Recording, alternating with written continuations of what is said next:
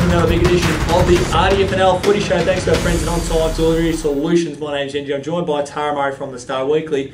We have finally got to the finals, week one of the finals. It is, and this is looking to be a very interesting final series. There's been a lot spoken about during the year about the gap between the top and the bottom sides. There's not much between these top five, and Romsey on their day can knock off any of these sides. So it's going to be a very interesting final series, and it's maybe one that the sides that will enter the match as the top side in those finals may not get the job done. Absolutely. I don't know about you, but I've had people ask me throughout the year, who do you think will win the flag? Who do you think will win the flag? I've personally reserved my judgment because I still look, now that the top six are settled, I still think virtually any one of those sides can win it. I know, I've seen Wallan play some great footy, Diggers play some great footy, Rupert's been playing great footy, Riddell's been playing great footy. Macedon, they are the reigning premiers. When they've got their best side on the park, they are unbeatable. And then you look at Romsey, and they had just the dark horses, like when they won the flag in 2015. They just come out of nowhere and surprised everyone. And I just think that anyone can win the flag. Look, I said early on I thought Rupertswood were my favourites, but speaking to people at Clubland, even speaking with Nick Ash, he goes, Riddell are favourites. Speaking with Corey O'Sullivan, he said Romsey's the number one team. Not Romsey, Riddell's the number one team. So obviously I've always said throughout the season, it wouldn't surprise me the Sharks do go all the way, but everyone keeps talking about the Bombers. But as you said, these teams on their day, it could be anything. We saw the Bombers and Macedon a few weeks ago. It was 2 points. Yeah. It was 1 point in round one between them. The two clashes between Rupertswood and Diggers Rest have both been 4 points.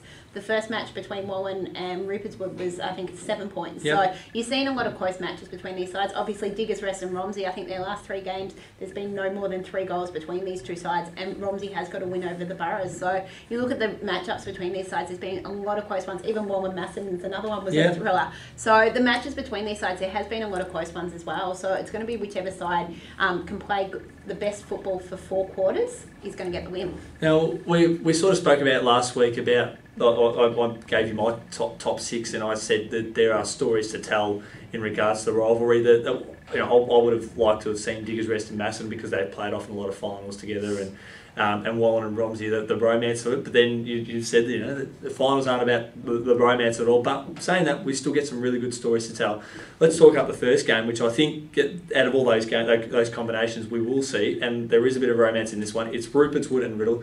This is the second time they've faced off. The third time they've faced off in a final. They've split the results. How do you see this one going? I think it's 3 in 3 years as well. So I don't know whether there's romance in this one. I think it's more rivalry. Yeah. This is what you probably take. This is more rivalry, and Riddell is the one side that absolutely smashed Rupertswood. Absolutely smashed them, and that was probably Rupertswood's worst performance of the year. So you've got both of these sides that have got a lot of depth. They've both promoted a lot of youngsters, and they've both got some experienced heads in the side. Both have all 3 sides in finals as well. There's 4 teams overall. You've got Wallan, Macedon, Rupertswood and Riddell have all got your 4 sides in finals. And listening about the 19s, obviously Wallan will go in favourites, but everyone's talking up Rupertswood with knowing what they've done in the 19s for years, and everyone's saying how good a side Riddell is. And these guys are getting through the senior side as well. So look, talking to this match, I'll probably head down there. I think this will be pretty interesting.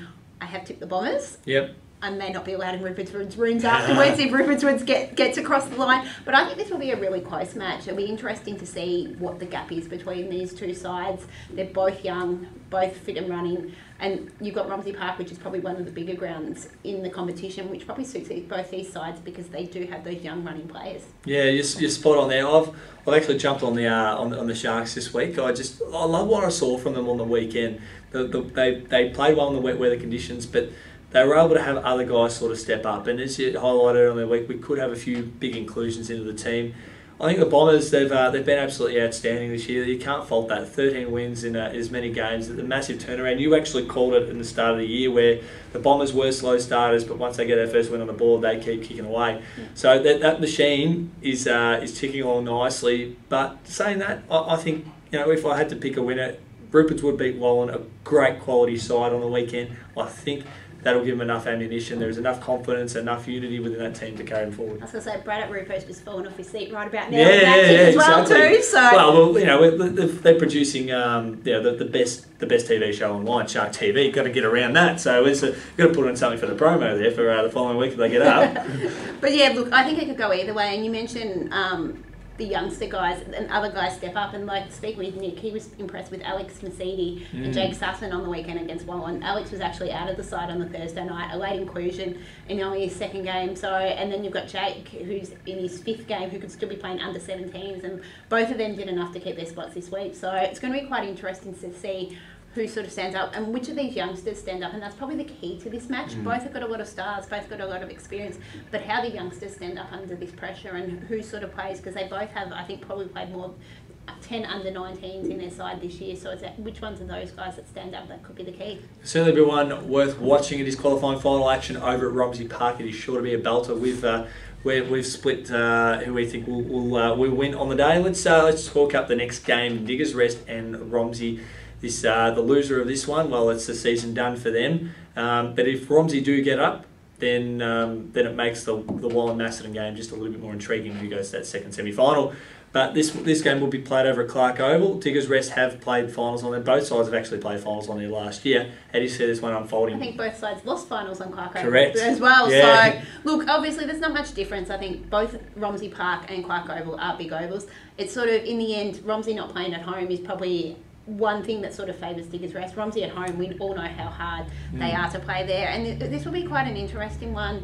Romsey always test Diggers Rest. They did get over the line against them last year, and this year in the two games, Diggers Rest won, I think, by less than 3 goals in both of those games. So they've both got a lot of experience. You look on form, probably Diggers Rest is probably the side to beat. I think they've only lost 4 matches by a total, I think, of 22 points. So, and 2 of them have come to Rupertswood by 4 points. So they and when they have lost, they are losing. They did have one upset loss against Wood and Heskett, but other than that, it's been those top sides they're losing. So speaking with Jamie Lobb last week, he said they were sort of hitting their best form, where Corey O'Sullivan said Romsey's yet to hit theirs. So you look at it, you go in that, I think Diggers Rest will be too strong. We've sort of said the top 5 has been the standouts all season, and I think Diggers Rest will prove that. I agree with you there. I think the interesting thing is that I still look at Diggers Rest lineup. They've still got some great talent in there from when they're playing off in grand finals. I know they didn't make a grand final last year, but the additions they have, I still look at that and go, I'm a standard that people don't talk about in the same breath as, say, your Rupos and